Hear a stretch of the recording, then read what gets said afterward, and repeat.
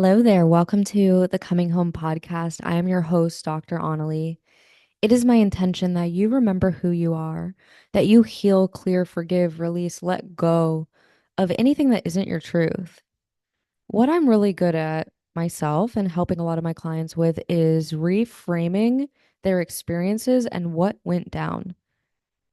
If you've heard the saying, it's never too late to have a happy childhood, it really just means that you can reframe certain situations that have happened to you. On this planet, a lot of people feel really disempowered when somebody cheats on them, when somebody leaves them, when somebody moves out, when somebody kicks them out. We can feel a lot of betrayal, abandonment, and hurt. That is our go to story. I really want to help us all change the narrative.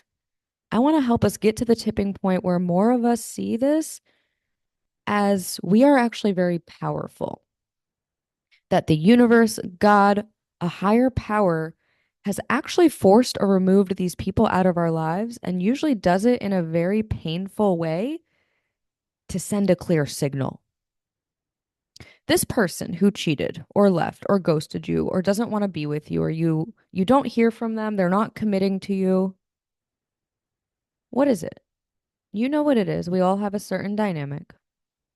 Maybe it's one from the past that you still aren't able to fully let go. Was that person 100% healthy and good for you?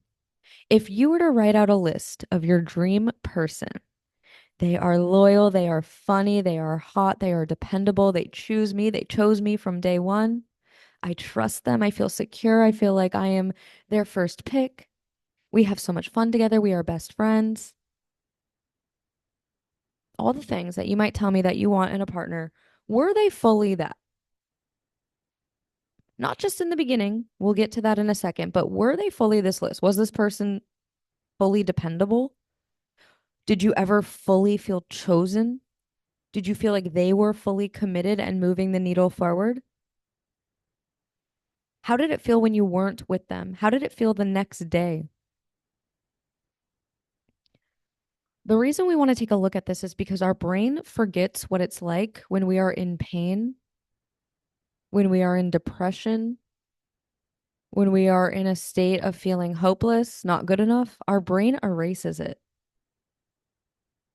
And we don't spend much time going back and thinking about it. If you had strep throat, you're in so much pain and you're so uncomfortable. All you want to do is you would take anything to get rid of the strep throat. You just want to be out of the discomfort. You want to be out of the pain. But once you don't have strep throat, are you sitting here thinking about how painful it was? Are you even able to fully remember what it even felt like when you don't have it? Like right now, can you fully empathize with somebody who would have strep throat? Probably not, because you can't reproduce those exact same feelings. It is the same thing with unhealthy relationships, narcissistic relationships, situationships, avoidant relationships. Label doesn't really matter. I want us to just look at an unhealthy relationship dynamic. You're not consciously thinking about all the painful things. And this is one of the main reasons why it's so freaking hard to break free. But the more that we have conversations like this, the more that we actually bring the pain to the surface to really just remind ourselves, the more awareness then we have to break these patterns. It's when we don't have the awareness and we don't take a look, where we keep sweeping it under the rug, that we keep falling and tripping over the rug. Eventually, you got to lift up that rug and you got to sweep it out and clean it up so you stop tripping and falling over it. So you can probably conclude that they weren't fully your dream partner. So, what I started to realize was when I started taking an inventory of all the relationships where I got incredibly hurt, if I was dead ass honest with myself, I could see that there was a part within me who deep down knew I deserved better. There was a part of me who deep down didn't fully want to be with this person. Deep down, I didn't fully find them attractive. Deep down, I wasn't fully attracted to their behaviors and the way that they treated me. Deep down. Surface level, I might have said, I want to get married. I want them to commit. I want them to ask me to be their girlfriend. I want them to move in. Yes, surface level, but deep down. We're talking deep down right now. When my partner moved out with no warning, Came home one day, he moved out with his buddy. There was no conversation. We even hooked up that morning. That could have felt like the worst thing that could have ever happened. I could have felt so betrayed, so blindsided. I could have felt like the biggest victim. Yes, that was a circumstance, that was the facts. But the part of me who healed from that was the part of me who decided to change the narrative and change the story after I processed the feelings.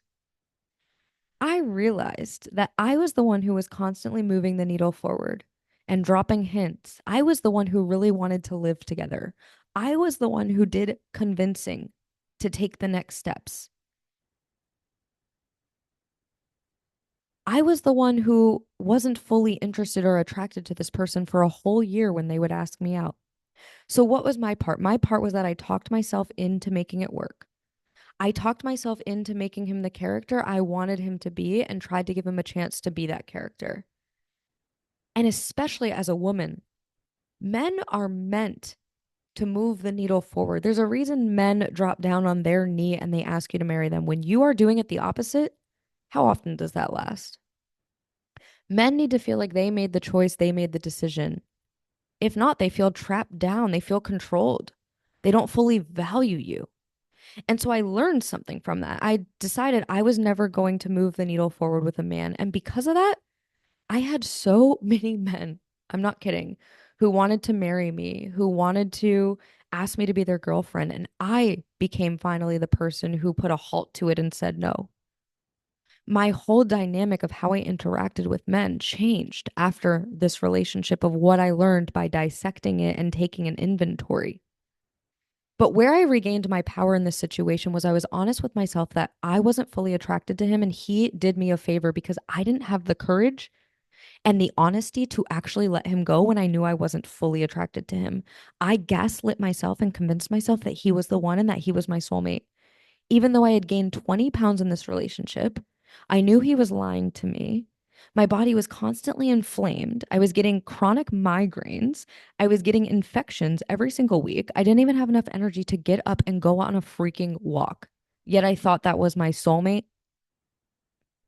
That's how I'm going to feel with my soulmate. That's all I deserve. That's what being with a soulmate feels like. Are you kidding me? God did for me what I couldn't do for myself. And God did it in a painful way that when this person tried to get back with me for 4 years, 4 years, this person kept trying to get back with me. Because of the way he did it, I told myself he's the kind of man who would walk out on his family. And so he's already showing me he's the kind of man who could leave his children. I said, absolutely not. Had he not done it that way, I guarantee I would have given him another chance. He could have bought me that ring and I would have said yes. So, this is where I started to find gratitude for the way that he left and for him leaving. I was no longer a victim. I was no longer angry. I just closed that door. When I think of this person, I feel nothing but neutrality. If anything, I'm just grateful because he was what sparked my business. Because of what I went through, it turned into a lot of purpose.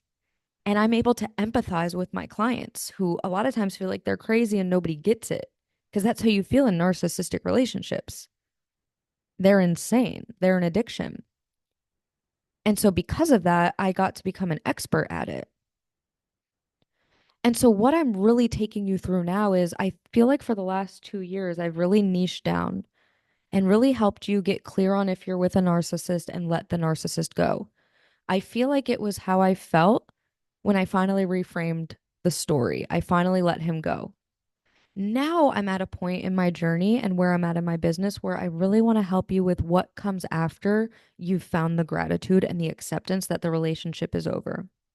Now I'm at such a stage where I want to help you remember your worth and your beauty. I want to help you get to the point where you're saying no to people who are asking you out that aren't fully aligned. I want to help you step into abundance. I want to help you never settle again. I want to help you not get into a narcissistic relationship again. I want to help you attract your dream partner. That is where the conversation is really shifting in my world.